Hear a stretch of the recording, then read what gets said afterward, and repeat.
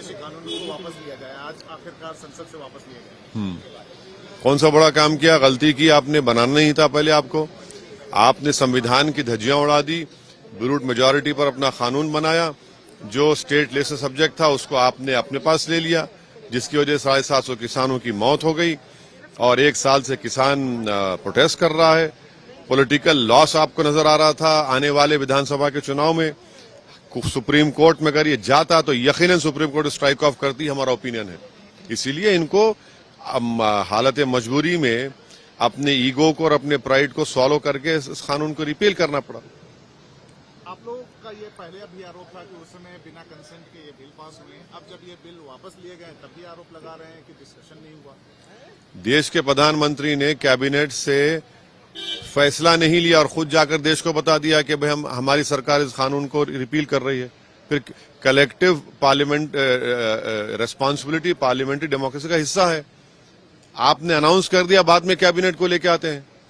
और अगर आप यहां पर डिस्कशन अलाउ करते, जो पार्लियामेंट के प्रेसिडेंट में कि कई लॉज को, कवानीन को रिपील हुए, उसका डिस्कशन हुआ लोकसभा में, मगर आप नहीं चाहते थे कि आप पर कोई क्रिटिसाइज करे, आपकी गलती को बताए, आपको आईना दिखाए, इसलिए आपको ये पसंद नहीं था, तो इसलिए आपका डिस्कशन नहीं अलाउ करेंगे।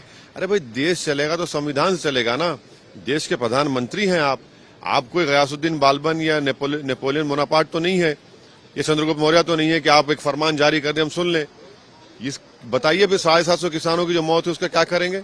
उनकी मदद करेंगे नहीं करेंगे? आप यूपी में चुनाव लड़ रहे हैं, आपने ये दावा किया है कि 100 से ज्यादा सीटों पे आप चुनाव लड़ेंगे। ऐसे समय में क्या ये सही होगा कि ये बिल वापस लिए गए और बीजेपी को फायदा हो जाए आने वाले चुनाव में?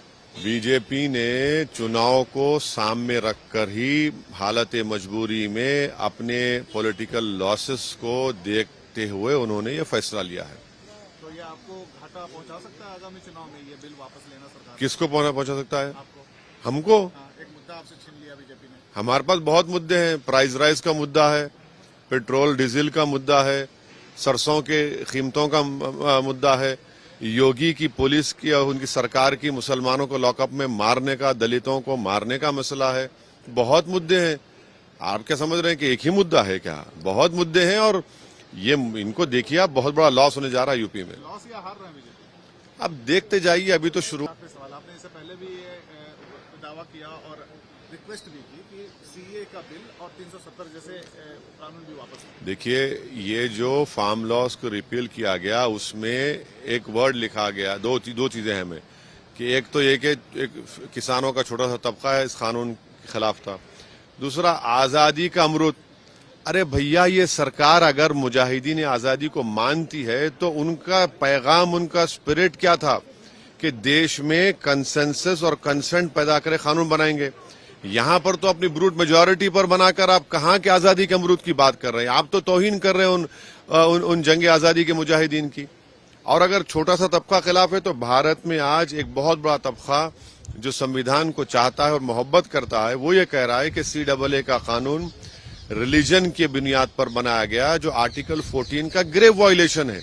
इसीलिए हम सरकार से डिमांड करते हैं कि उसको वापस लिया जाए CAA कानून को।